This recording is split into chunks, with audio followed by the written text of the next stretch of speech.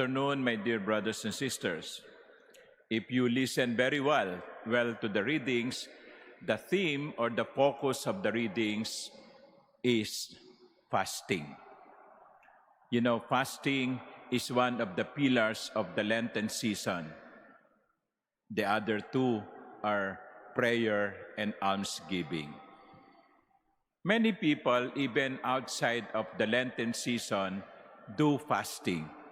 Siguro narinig nyo na yung intermittent fasting. It means that there is only a window during which you may eat. The rest of the 24 hours, you should fast. And why do people do that? Why do people fast?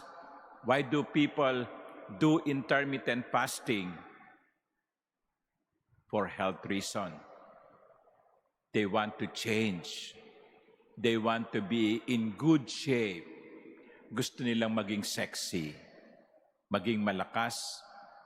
Because there is value in physical fasting. There is value in reducing food intake. I heard that one of the Nobel laureates, one who won the Nobel Prize, is a scientist who discovered that when you fast, the cells of your body eat your fat, no? Okay, so pag nagpa-fasting ka, yung may mga cells ng katawan na kinakain yung taba. Kaya pansinin nyo, yung mga talagang nagpa-fasting, they change. Change is one of the results of fasting. And that should also be the result of our spiritual fasting. There must be change. If we fast by not taking food enough, then there is a physical change. But when we exercise spiritual fasting, the question is there a change? You know, in the first reading, the people were complaining, why do we fast and you do not see it? No, they are addressing themselves to God. Why do we fast and you do not see it? Afflict ourselves and you take no note of it. Well, the simple answer by God is, you fast, but there is no conversion in you. You fast, but there is no change happening in you. Walang nagbabago.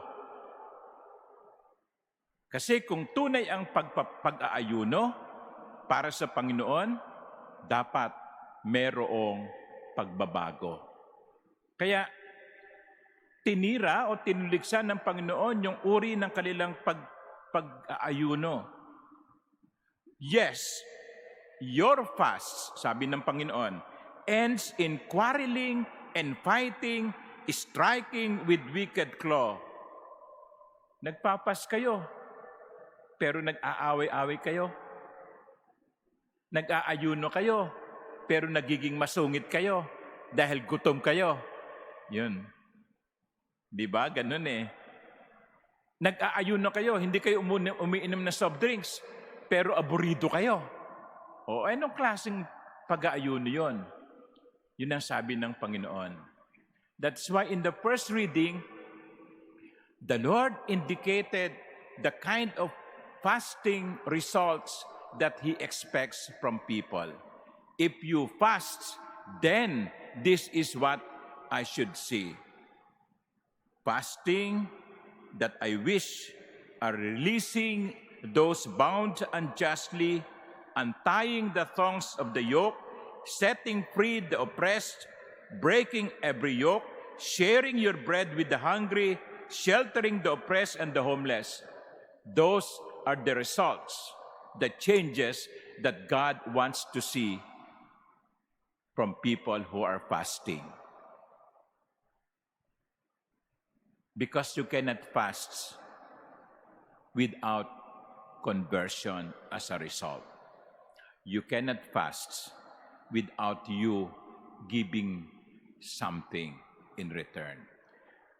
That's why true fasting is not merely about what we give up. What we give up, hindi lang yon. Iba sa inyo, ngayong season ngayong panahon ng Kwaresma, there are things that you give up. Hindi kayo inom ng soft drinks, hindi kayo kakain ng chocolate, okay, babawasan ninyo ang pagkain.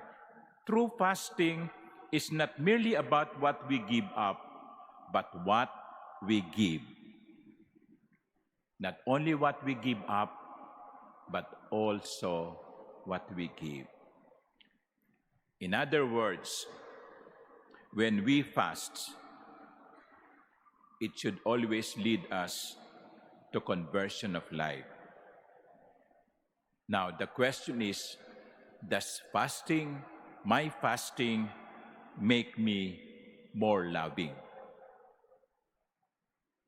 Remember, connected with fasting is change.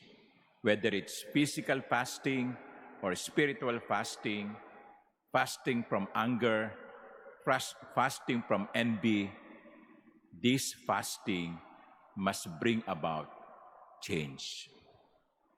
If there is no change, our fasting becomes meaningless. And so, my dear brothers and sisters, in this Eucharist, that is the grace we pray for. Lord, help me to fast and make my fasts bring to my conversion. Amen.